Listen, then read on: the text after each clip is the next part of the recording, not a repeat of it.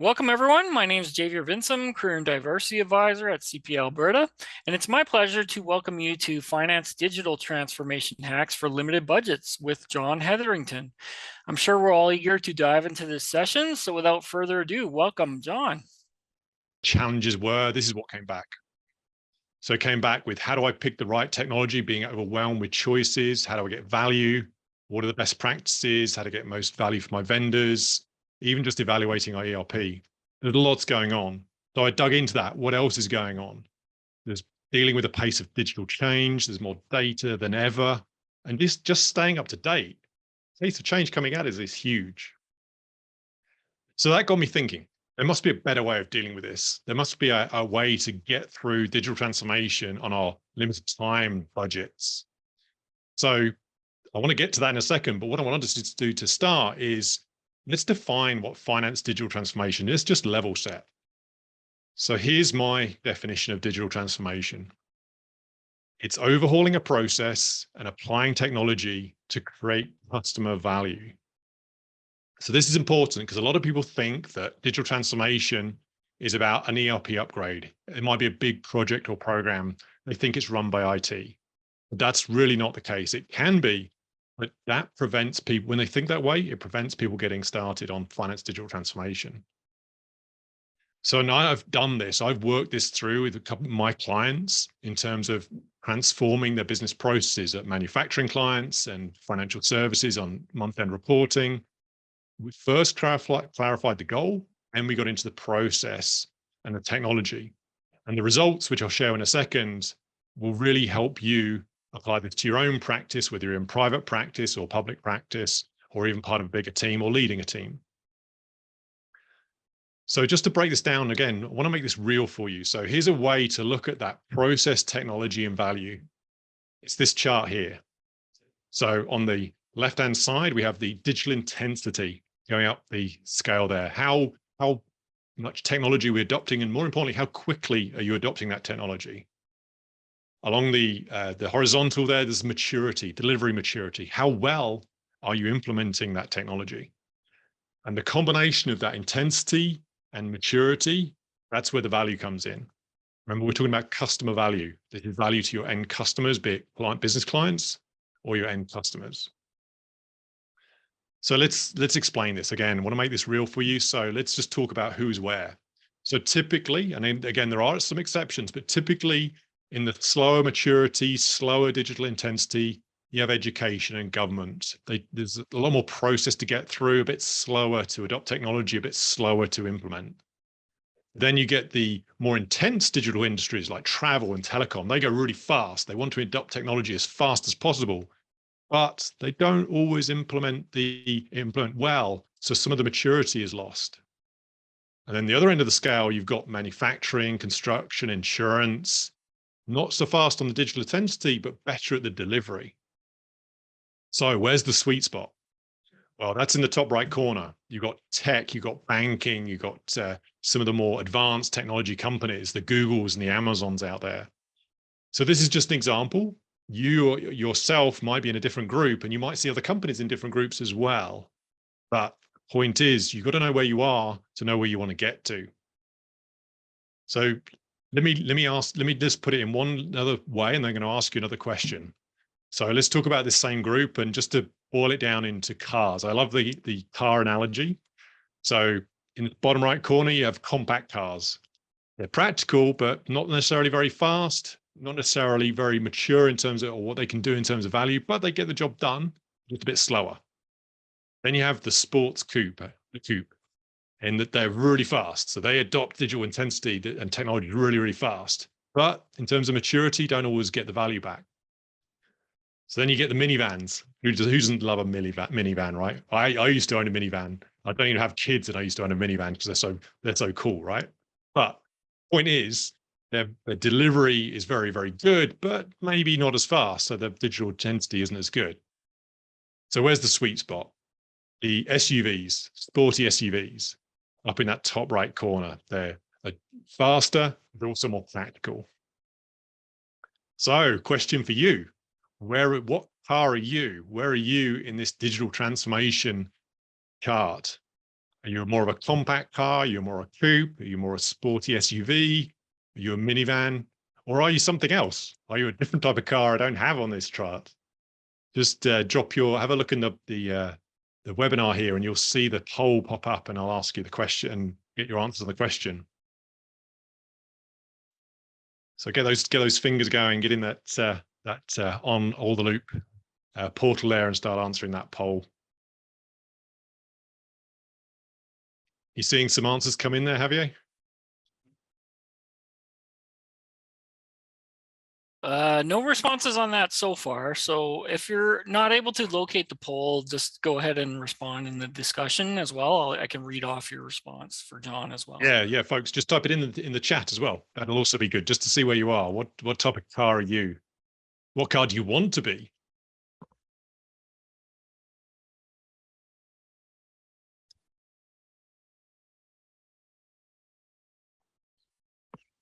Sports car. Nice. Yep. Who doesn't love a Sporty sports car, right? SUV. I'm a coupe, but probably shouldn't be. Yes. Yep. Nothing wrong with being a coupe to start.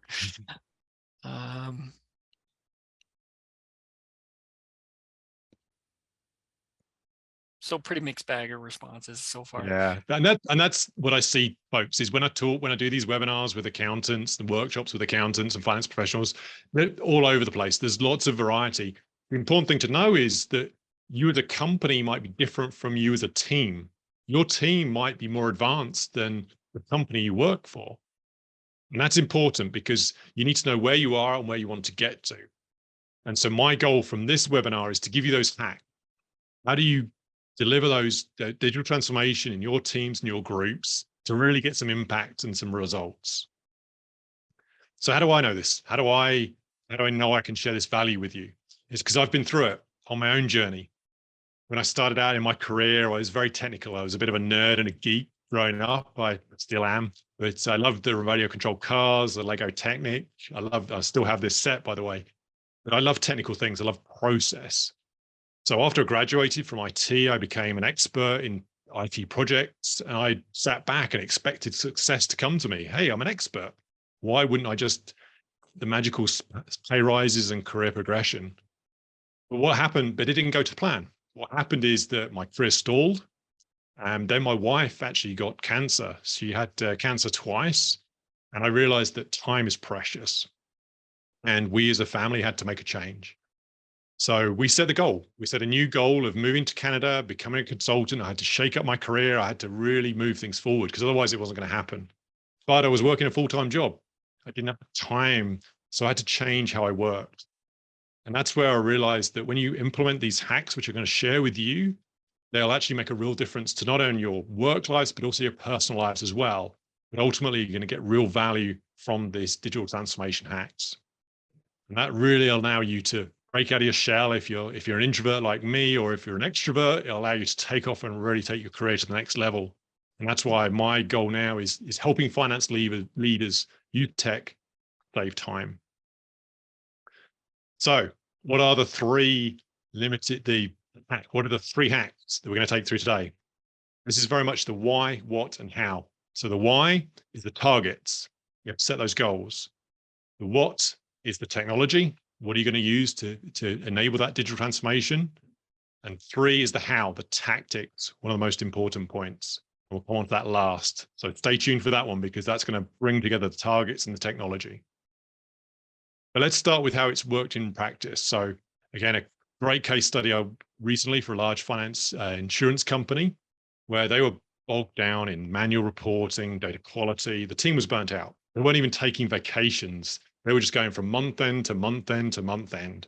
It was just a hamster wheel of work. So I sat down with them, worked with the controller and the senior manager, and we came up with some new goals. We came up with process streamlining. We came up with automation. We came up with innovation leaders. There's a process to get there, but this was the solutions we put in place because we knew what we needed the goal we needed to attain. And then as a result, we freed up 4 hours per week for each of the accountants. They, more importantly, took vacations. How about that? And then they also automated their reporting, so it got them away from transaction work. So this is the key, folks. We want to take away this transaction number crunching. We want to move that to the AIs and the automation, which I'm going to come on to later in the technology section. We want to free you up for strategic, interesting projects. And the senior manager there was really happy with the result. And as I mentioned there, if you want to kickstart, more than happy to work with you folks and move this forward. But as we go through this, folks, I also want to make this interactive. Feel free to ask questions. I will do an Ask Me Anything at the end of the towards the end of the session.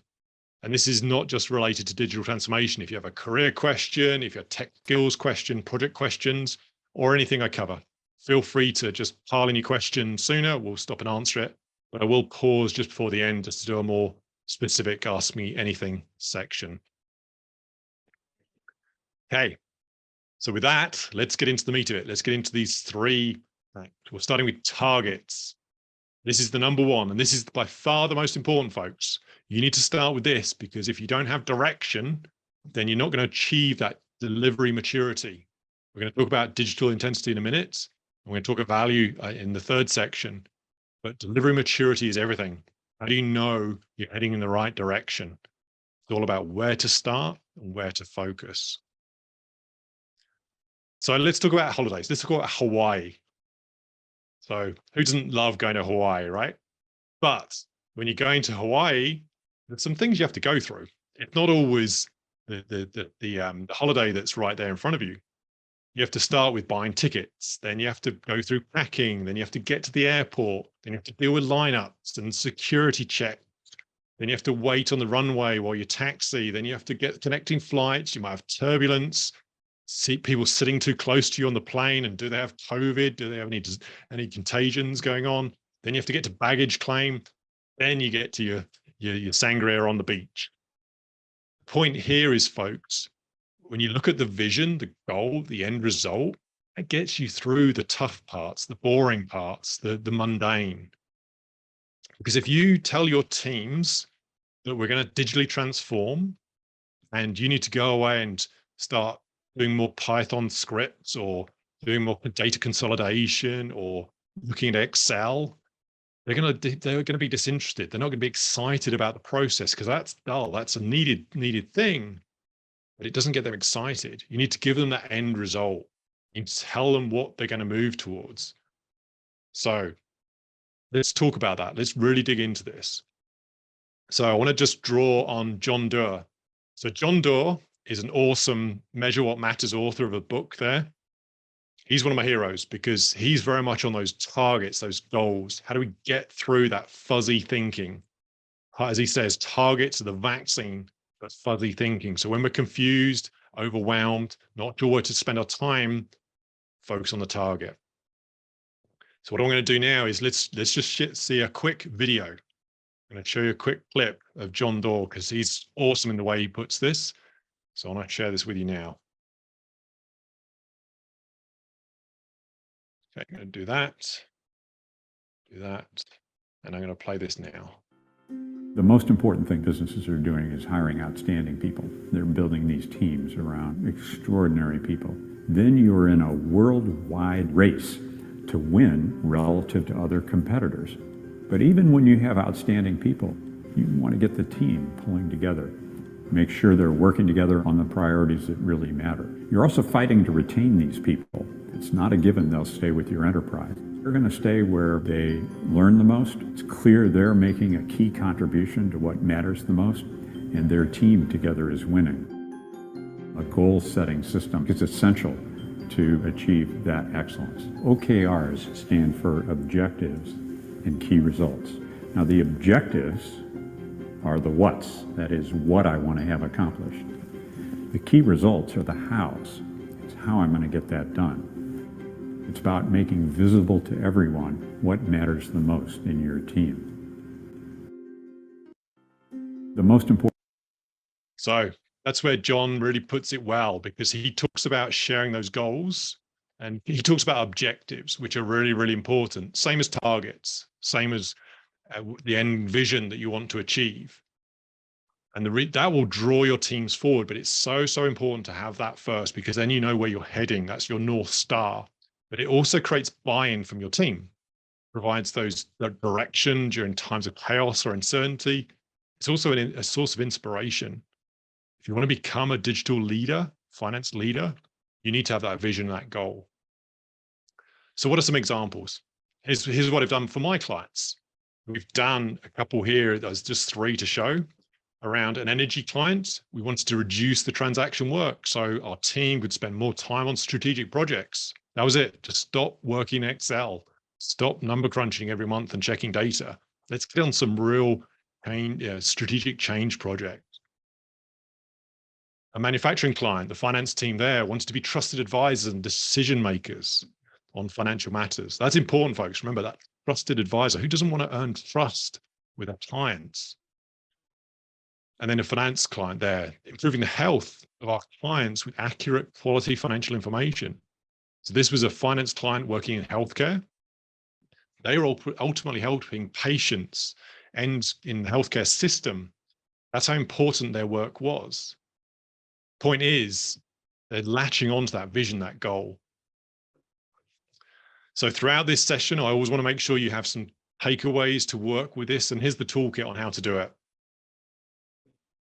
First, create those targets. What do you want to improve? Could be a company goal, could be a personal goal, could be a team goal. If you're not sure, ask your teams. Get them involved in the process. What would make real value and impact? Remember that value in digital transformation? What's the value? What's that goal that you want to achieve?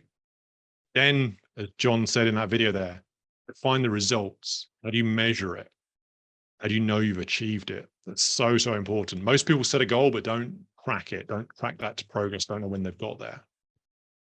And number 3, the 3 actions you must do today. When you're busy, what to do? What are the 3 things you must do today to help you move towards that goal, no matter what? And we'll talk about time blocking and prioritization in the session tomorrow in the workshop. But it must be about those priorities because everyone's really, really busy. So you must prioritize this work to take action. So this is coming towards the end of the first section, the first setting goals and targets. And I always like to do these expert signposts. So when we think back on what we've just covered in this first section, why do targets matter? What were they talking about there? What was John talking about there? What is your target? And then what are your 3 priorities for today? When you get in the office tomorrow morning, on a Thursday morning, what things must you do no matter what? Start with those. Don't jump into email. So that was the first one, targets. Now we're going to move into technology. So we talked about digital transformation and how important that digital intensity is, but you can't do it without delivery, maturity, and value. So this is the second leg, which we're going to cover in this section. I love technology, but you have to use it in the right way. And the reason I love technology is because I love this statement, it's a bridge over troubled waters. So technology, especially in economic downtime. So if we're coming towards an impending recession, technology is going to help us move forward. Those who invest in technology are going to weather the storm better than those who don't. Sounds odd, sounds like a cost, but honestly, if you do it in the right way, that's how you get through this. And you'll see the chart here as well. I asked accountants and finance professionals, what technology are you working on? What are you going to use to future-proof your career? And they talked about data analytics, cloud, machine learning, AI, ERP accounting system, and automation. So if you look at it in isolation, what are the technologies they're working on? This is what the response I was getting from hundreds of webinars I've done in British Columbia and Alberta. But we can't cover everything because there's only a certain amount of time we have today. So I want to make sure we focus on, of all the technology accelerators, which include automation, the AI, cloud, data analytics, even blockchain. So folks, if you've not heard of blockchain, you need to be aware of it. I do cover that in another CPA webinar. So we won't get into that today because it's a huge topic. And if it's not coming towards your practice now, it will be coming soon because it's the new technology. I don't want to talk about cryptocurrencies because that's an application on top of blockchain. But if you talk about blockchain itself, there's a huge area we can get into. But today, given the time we have, we're going to talk about automation and AI. So we're talking about hacks. So if we want to talk about real free, easy access tools, automation and AI are the places to start. But before I dig into this, let me ask you another question, another poll to get those fingers going again. What technology accelerators have you implemented recently or planning to do? Have you looked at self-serve reporting? Have you looked at automation or doing automation? Are you doing data analytics, big data? Have you done cloud or even another technology on the list here? Just go in the poll there on the platform or just drop it in the chat. What technologies are you using and or do you want to use in to future-proof your careers?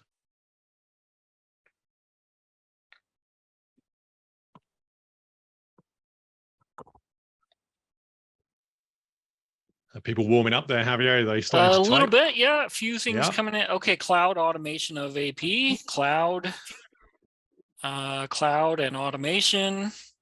Mm, Someone says they want analytics, cloud automation, self-serve reporting, and data analytics. Wow, you're on nice. top of it, Ryan. Awesome. We're working on self-serve reporting and analytics for this year. That's Michael. Jennifer, EFT runs, no more check runs. Yep. Derek says data. So again, a bit of a mixed bag, but a lot said cloud and automation. That's awesome. That's Lori perfect. Love just it. implemented self-serve reporting through Power BI. Rick, Mm. self-serve and automation. Navpreet, EFT runs. So this is good, folks, because if I'd asked, well, when I asked this question, even just a year ago, the responses were not starting to think about it, not really getting into it. But now you can see how fast things are changing. So even in just the year, because I did this conference this time last year, I wasn't getting as many of these responses around this list. I asked the same question last year. So this is awesome that some of you folks on the phone and on the call here are actually doing this. This is amazing. And that means you're starting to adopt that technology. And the key is adopting it in the right way. So for any of you who are not doing these things yet or are thinking about it, or even just a quick refresher on them, let's talk about automation. And then we're going to go into AI, and more specifically, the free tools for both automation and AI.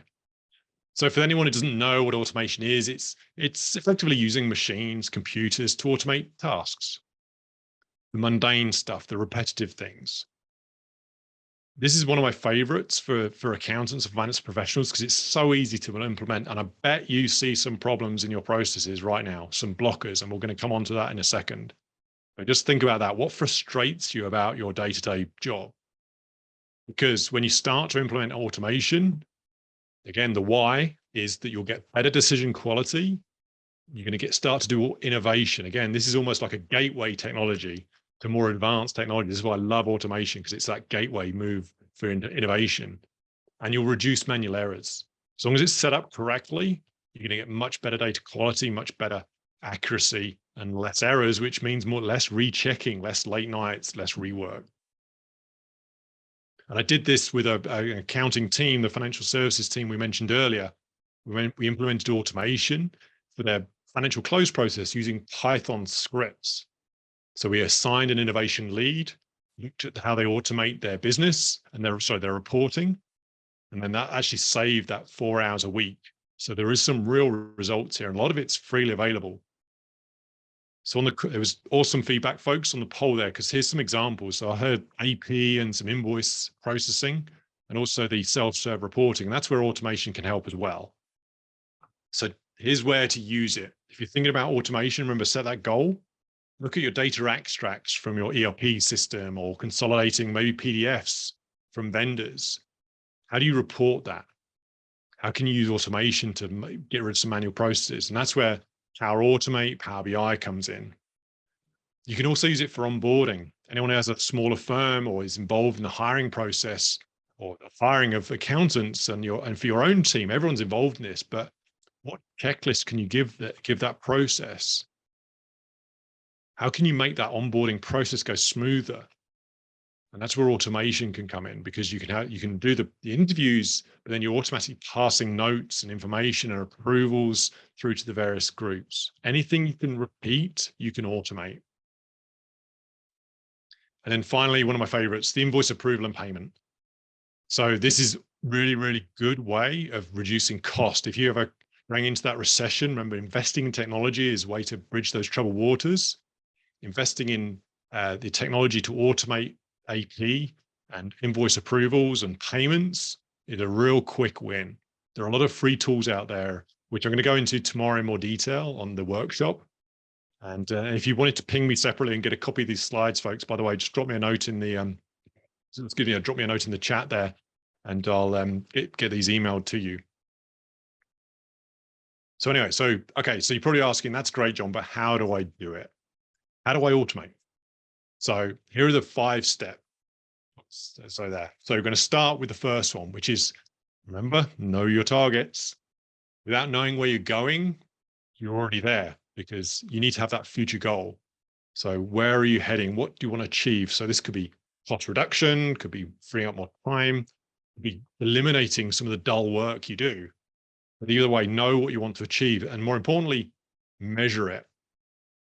So with my financial services client there, we had the goal of accountants taking vacation. Could be as simple as there's just vacation being taken.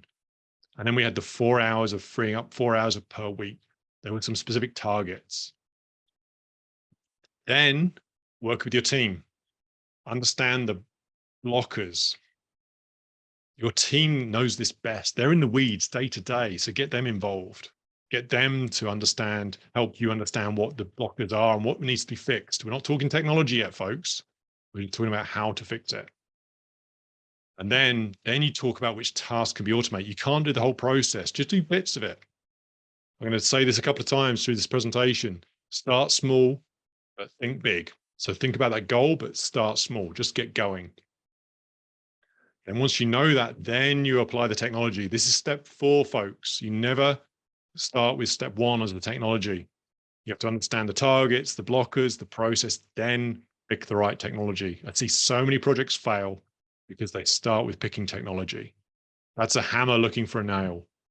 You need to start with the problem, then come with the technology. As I mentioned, start small and scale fast. Like, get going on it, like, rework this, have an innovation champion to work this through, support your team on experimenting, free up their time to do this. So let's dig into this a bit more with our third poll, our third questions. So we talked about how to automate, and now we've gone through a bit more. You might have thought about some processes that you could automate your own business.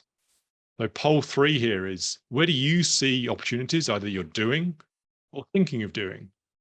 Opportunities for automation, is it consolidation reporting, accounts payable, onboarding, as I mentioned, or even just workflow approvals, like as we send a report through for, or even just vacation approvals, or maybe something else. What other opportunities are you seeing? Again, let's get those fingers going, folks. Let's understand and sharing it for the group here is part of the value of these sessions, is understanding what other people are doing to bring that group motivation ahead. Okay, we gotten some responses, John. So Christine, auto-generated ops reports. Derek, AP for sure. Jennifer, budgeting and financial reporting. Lori, AP, onboarding, review and approval. Rick, consolidation and reporting. Everett, reporting. Janet, reporting. Karen, AP and review and approvals. And Phyllis, AP and receivables. Awesome. Yep. A lot around AP. I'm seeing that a lot, folks. It's the number 1 place to start, is the AP, receivables, reporting. As soon as you get into the Power Automate, Power Query, Power BI, those free tools from Microsoft are hugely powerful. And a lot of it's moving to online as well. So it's free. A lot of it to start is free. So it's really, really good to hear that. So keep a lot going. are also responding all of the above. So yeah. Everything. Awesome. That's brilliant. So yeah, I'd love to hear more about that in the workshop tomorrow, because again, sharing how you've done it is hugely motivating, inspiring to other people on the call as well. I've seen it, but having you folks actually talk us through it would be great. So if we have a chance to chat tomorrow, I'd love that. Okay, so I want to keep moving here, folks, because I want to make sure you get through AI. So if anyone doesn't know what artificial intelligence is, it's computers thinking like humans. That's the basics. That's what it really is all about. And there's been so much buzz around this. So who hasn't heard around Chat GPT. But point is that I'm hoping some of you are starting to use it because it's really early days, but it's hugely, hugely powerful. And here's an example. When you're trying to learn Excel macros, you type in the question and it'll actually come back with the code. So you might think ChatGPT is a bit of a gimmick, and it is learning, it is getting better and better, and it's not perfect. There are some when you look up how to stump ChatGPT with some questions, there are actually quite funny answers out there. But the point is, if this is freely available today, just think what we could have in 5 or even 2 years' time. Just think what this can do for us. And that's important, folks, because having awareness of this will accelerate your careers and start to move you away from some of this manual work. So we thought that AI and ChatGPT would come after dull, dangerous, and dirty jobs. We thought it would come after those manual tasks, typically those dull, dirty, and dangerous jobs, but it's not. It's coming after creatives. It's coming after information workers. And this is where you need to get ahead of this or you risk being left behind. The beauty is it's really easy to get ahead of it. So I'm going to show you right now, for anyone who's not seen, and I'd love to see in the chat there as well, anyone who's using ChatGPT for any of this as well, but I'm going to quickly show you how easy it is to use. You can sign up for free. So I'm just sharing my screen here. So I put a question into ChatGPT. The question was, summarize a paragraph. So this is my question: summarize this text into 3 bullet points. The text I copied from one of the websites. I said, okay, I just need to understand this. I need you to summarize it into 3 quick bullet points. So when you put the question in, it comes back with 3 here. And let me show you how quick this is. So I'm going to regenerate the response here as well. So that's the first one. It's now getting to the second one, and then into the third one here. Boom, just like that. It's summarizing text for you. So if you're struggling writing emails or you want to go through a report, it's not perfect, but it helps. And that's the point. It's a tool to help you do your job better. Just to be clear, it's not replacing you, but you have to use it in the right way to make sure your career stays ahead and adds value, because it's hugely, hugely powerful.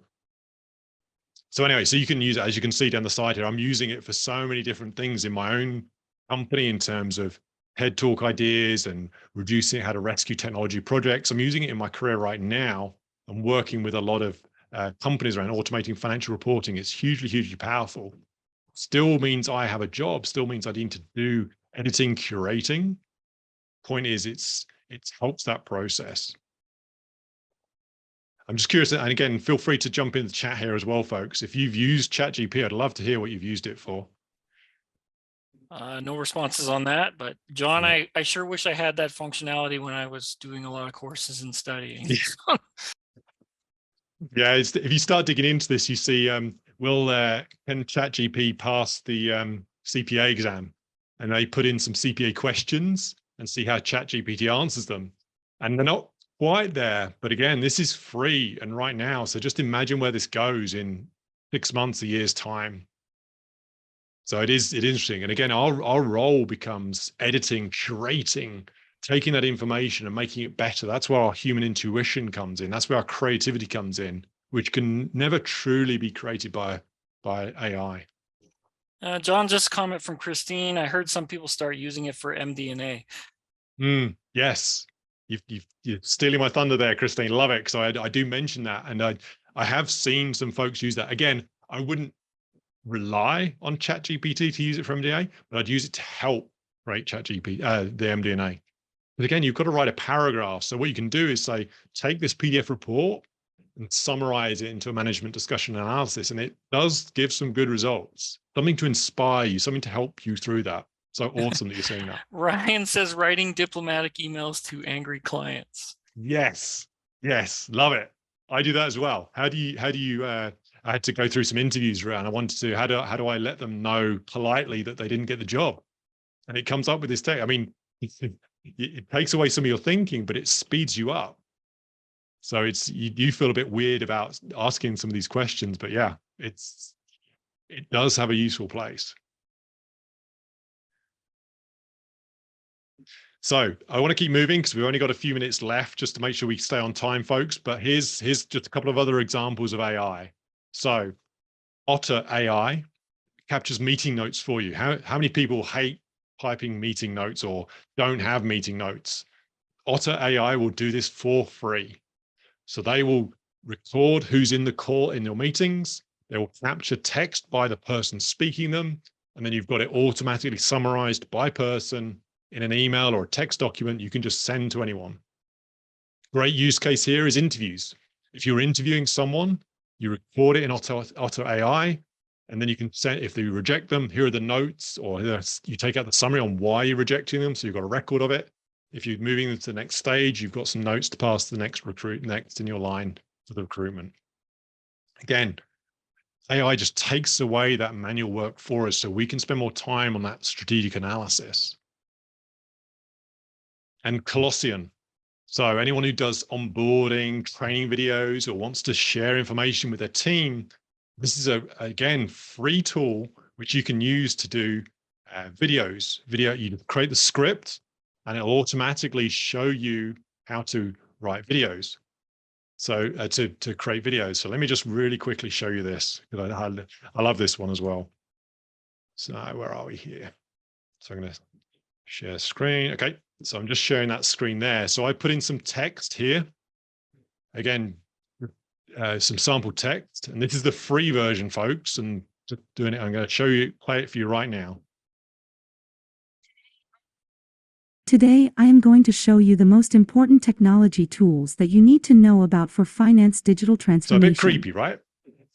And you didn't see the mouth move because it's the free version. The point is, you can just write a script or even get someone else to create the script for you, or use ChatGPT to create a script, by the way. You take your MD&A, say, hey, ChatGPT, create a engaging training video script that I can use to share with my team. And then you plug it into this and you've automatically got a video, just like that. Then you don't have to record it and you're creating things which are much more engaging for your team. No longer sharing notes. You don't have to read anything. Again, how cool is that? And it's free. So let's keep going. Again, I know we've got only a few minutes left here and I want to cover two other topics. So just to round out why AI matters, as we mentioned, it saves you time. We can also use it for cash flow forecasting. I've seen this done with some where we take ERP data and then summarize it to say, what are the future forecasts that we need to work? And again, it's not perfect, but again, this is early days. It's starting to become real. And then Christine, you stole my thunder there. MD&A, should we? We are, we can. So just to summarize this third section here, we talked about tech, the second section. And again, just to think back on what we've covered. How are you going to deal with a recession? What is automation? And where can you use AI to add value? So let's finish up on the tactics. The third part, which behind the targets is the second most important section. And the reason this is important for hacks is because without the tactics, a lot of teams start digital transformation, they start work, but it quickly fails. It quickly stops or stalls. I saw this time and time again. So I asked myself, how do I help my clients and my teams fix this? How do I help my own team keep the momentum? And there's these tactics I'm going to give you right now, which will really give you that value. Because all very well in adopting technology, or very well implementing technology, but without the tactics and the facts, you won't get the value. And the reason this is important, folks, is because your role is changing. I think you've already appreciated this, but traditionally, you're in the less analysis and decisions, more control, some control compliance, but a lot of data entry and transactions. That's changing. We're now moving into this world of analysis and decisions, using AI to help make us make better decisions. Control and compliance will always be there, but the transactions data entry will be less of our time because we're using these AI technology and automation tools to do that for us. So how do you stay ahead of this? You're probably going, oh my God, John, what do I do next? Where do I focus? So This is what CFOs want. Quick chart, just so that show that you need to sharpen your saw. This is about training, education, coming to conferences like this, talking to your colleagues about what's happening in the market. CFOs are wanting adaptability to new technologies. Don't just look at technologies there, folks. Don't just look at that one thing around technology. Think about the adaptability. That's key. Being open to new technologies. And then, yeah, competence, collaboration, and Excel skills is right at the bottom there. It's important, but it's not what we need going forward. So if you're not sure, again, not everyone has the chance to speak to a CFO.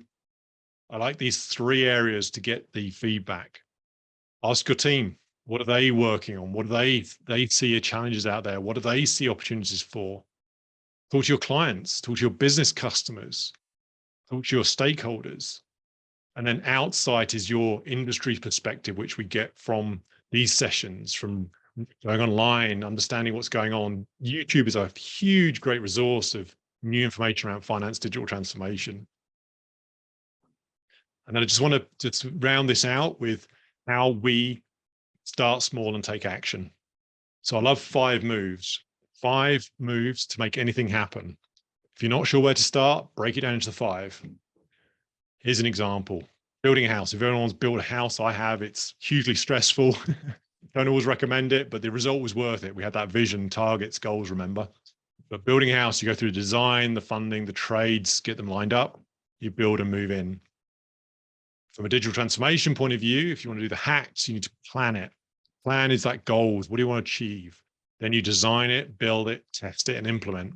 That's a fairly standard waterfall methodology for projects. I can spend a whole day on IT, technology, finance transformation project. But in a nutshell, just think through, hey, what do you need to do? What's it going to look like? Then you get into the build, test, and implement. So just a real crash course on the tactics you need to keep the momentum. You've talked about the goals and targets, talked about the technology, then these are the tactics to get started. And more importantly, keep going, keep that momentum. So we talked about how your role is changing. We talked about where you can get feedback.